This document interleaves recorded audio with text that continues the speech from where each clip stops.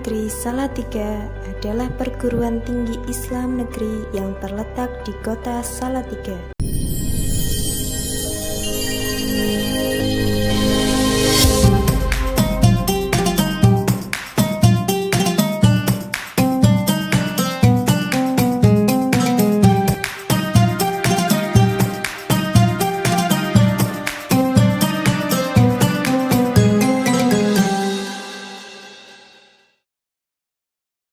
Assalamualaikum warahmatullahi wabarakatuh.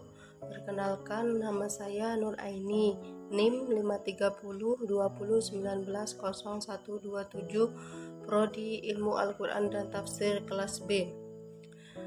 Di sini saya akan sedikit menjelaskan tentang tafsir ayat nasionalisme Quran Surat An-Nisa ayat 66 dan Quran Surat Al-Baqarah ayat 84 dan 191 untuk memenuhi tugas ulangan tengah semester tafsir sosial politik yang diampu oleh Bapak Dosen Farid Hasan Enhum. Yang pertama yaitu pengertian nasionalisme. Nasionalisme berasal dari bahasa Inggris yaitu nation yang berarti bangsa. Menurut Kamus Besar Bahasa Indonesia, kata bangsa memiliki beberapa arti, yaitu kesatuan orang yang bersamaan asal keturunan, adat, bahasa, dan sejarahnya serta berpemerintahan sendiri. Golongan manusia, binatang, atau tumbuh-tumbuhan yang mempunyai asal-usul yang sama dan sifat khas yang sama atau bersamaan, dan kumpulan manusia yang biasanya terikat karena kesatuan bahasa dan kebudayaan dalam arti umum dan biasanya menempati wilayah tertentu di muka bumi.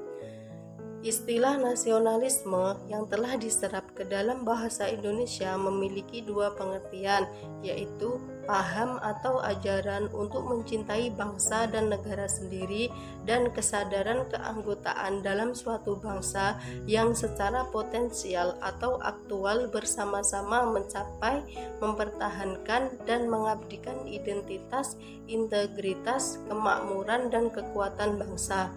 Nasionalisme dalam arti sempit dapat diartikan sebagai cinta tanah air. Latar belakang munculnya nasionalisme.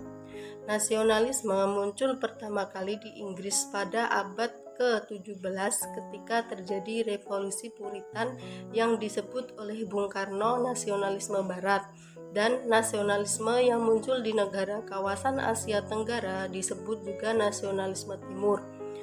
Di Indonesia, nasionalisme muncul sejak tahun 1908. Di beberapa negara Islam, gerakan nasionalisme terjadi pada penghujung abad ke-19, di mana sebagian besar wilayah Islam sudah di bawah kekuasaan Barat Kristen, baik di bidang ekonomi, militer, maupun politik, yang mengakibatkan runtuhnya susunan politik Islam yang tradisional, yang kemudian terjadi perlawanan untuk menentang intervensi kolonialis.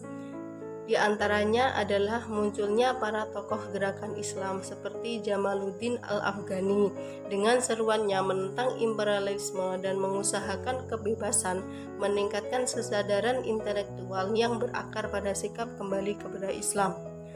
Dalam perkembangannya, nasionalisme yang muncul di berbagai negara tersebut tidak langsung mengilhami bentuk-bentuk ideologi serta dijadikan falsafah negara, sehingga cinta tanah air tidak hanya mempunyai makna merebut dan mempertahankan kemerdekaan, tetapi lebih dari itu, yaitu mempunyai banyak implikasi dari istilah tersebut.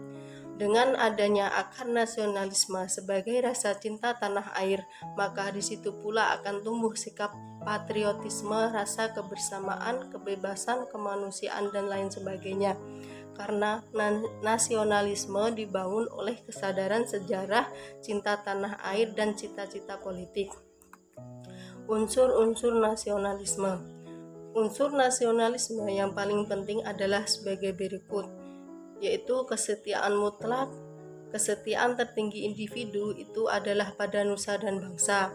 kesadaran akan suatu panggilan, keyakinan akan suatu tugas dan tujuan yang harus dikejar, harapan akan tercapainya suatu yang membahagiakan, hak hidup, hak merdeka, dan hak atas harta benda yang berhasil dikumpulkan dengan halal, toleransi yang sebesar-besarnya terhadap satu sama lain. Dalam Al-Quran menggambarkan tanah air merupakan suatu hal yang sangat bernilai dan berharga. Indonesia sebagai tanah air sekaligus rumah kita bersama yang gemah ripah loh jinawi haruslah kita jaga dan rawat. Jangan beri ruang sedikit pun kepada mereka yang ingin merongrong dan menumbangkan rumah kita bersama, yaitu Indonesia. Meskipun ujian dan cobaan terus silih berganti, mulai khilafafisme, separatisme, radikalisme, dan kesenjangan sosial ekonomi yang masih menghantui. Terlepas dari semua itu, Islam melalui kitab sucinya Al-Quran menyerukan kepada kita untuk cinta terhadap tanah air, menjaga dan merawatnya adalah wujud mensyukuri atas nikmatnya dan bernilai ibadah di sisinya, sebagaimana yang terindahkan dalam Quran Surat An-Nisa ayat 66. Dalam ayat ini terdapat dua perintah berat yang sengaja digunakan Allah Subhanahu wa Ta'ala untuk menguji kekuatan iman dan keteguhan sikap taat orang-orang mukmin kepada perintah Rasulullah SAW. Menurut penafsirannya, ayat ini menyinggung dua perintah kepada Bani Israel yang hidup pada zaman Nabi Musa. Perintah pertama adalah syariat Nabi Musa agar mereka membunuh diri mereka sendiri sebagai syarat taubat jika memang mereka ingin benar-benar diterima taubatnya. Perintah kedua agar mereka meninggalkan tanah kelahirannya, tanah airnya jika mereka benar-benar patuh dan ingin mengikuti Nabi Musa. Dalam ayat ini Allah Subhanahu wa Ta'ala menyebutkan dua perintah yang sangat berat kepada Bani Israel, umat Nabi Musa tersebut. Meninggalkan tanah air adalah perintah yang berat seperti beratnya seseorang menjatuhkan dirinya sendiri dalam bencana dan kerugian, sebab setiap manusia memiliki rasa cinta kepada tanah kelahirannya, tumpah darah dan tanah airnya. Ayat nasionalisme yang kedua yaitu surat Al-Baqarah ayat 84 yang artinya, dan ingatlah ketika kami mengambil janji dari kalian, yaitu kalian tidak akan menumpahkan darah kalian atau membunuh orang, dan kalian tidak akan mengusir diri kalian saudara sebangsa dari kampung halaman kalian. Kemudian kalian berikrar akan memenuhinya, sedangkan kalian mempersaksikannya. Perumpamaan orang-orang mukmin dalam kecintaan dan kasih sayang serta silaturahmi atau keakraban mereka sama dengan satu tubuh. Apabila ada salah satu anggota tubuh darinya merasa sakit, maka seluruh anggota tubuh merasakan sakitnya. Yang ketiga yaitu surat Al-Baqarah ayat 191. Bahwa ayat ini turun berdasarkan keadaan lingkungan atau disebut asbabun nuzul makro yang berbicara konteks histori pada ranah lingkungan. Artinya suatu kejadian pada zaman itu menyangkut kehidupan sosial masyarakat pada masa itu yang memungkinkan ayat ini turun. Adapun ayat ini sebabnya yang khusus, artinya Al-Quran turun pada saat perjanjian Hudaybiyah ini dikhianati. Ayatnya tertuju pada Quraisy pada saat itu, namun berlaku umum untuk saat ini jika kondisi kaum muslimin pada saat ini terancam dan diharuskan membela haknya, maka ayat ini berbicara kewajiban perang untuk mempertahankan hak kaum muslim.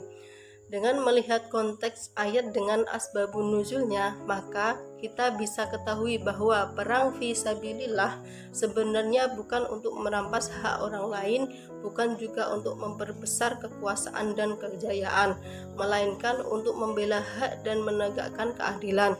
Ketika terjadi peperangan, maka kita tidak boleh melampaui batas, yaitu sebagaimana aturan berperang, sebagaimana mestinya dengan didasari sikap humanisme yang tinggi seperti menjaga hak wanita dan anak-anak. Jadi kesimpulannya, nasionalisme adalah suatu hal yang sangat relevan dan penting untuk dibahas di zaman dulu sampai sekarang. karena tidak bisa dipungkiri manusia hidup berbangsa dan bernegara perlu mempunyai semangat berbangsa dan bertanah air satu. Sikap mencintai negeri dan bangsa ada dalam setiap individu seseorang dan tidak dapat dibantah oleh siapapun. Setiap insan memiliki rasa mengagumi negerinya dapat bersaing dengan negeri-negeri lainnya. Agama Islam pun memerintahkan pada umatnya agar mencintai negerinya seperti yang sudah tertulis dalam Al-Quran. Demikianlah yang bisa saya sampaikan, kurang lebihnya mohon maaf. Wassalamualaikum warahmatullahi wabarakatuh.